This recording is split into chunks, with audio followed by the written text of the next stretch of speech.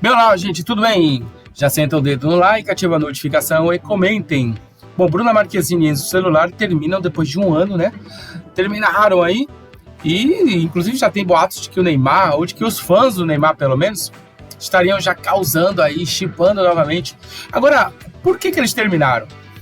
Segundo a matéria aqui do Léo Dias, né, no jornal Metrópolis, uma postagem sobre consumo de carne afastou Bruna Marquezine e Enzo Celular. E como é que é isso?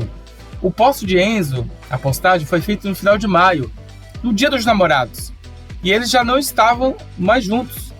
A repercussão negativa da postagem de que Enzo Celular fez sobre a redução de consumo de carne no Brasil foi o motivo do afastamento de Bruna.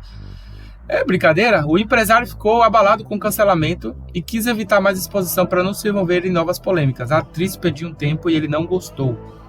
A postagem de Enzo foi feita no final de maio, no Dia dos Namorados, né?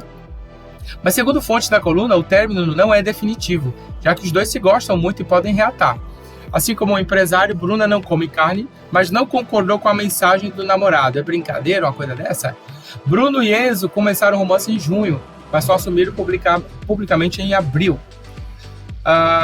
Bom, gente, os detalhes a gente não sabe exatamente, mas possivelmente são coisas pessoais, né, deles.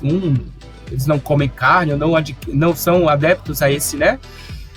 E possivelmente a Bruna Marquezine colocou algo para ele e de um tempo ele não gostou.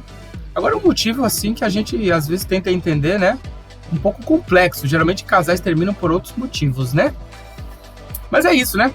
Depois a gente vai ficar sabendo se eles voltaram ou não. E a grande verdade é que essa matéria foi publicada pelo Léo Dias. Léo Dias, geralmente, ele põe umas matérias, eles ficam sabendo de coisas mais rápido do que a gente, né? Então, o post sobre consumo de carne teria afastado Bruna e Enzo. Bom, é isso, gente. Se inscreve no canal, deixa o seu like, ativa a notificação e comentem. A gente se vê no próximo vídeo.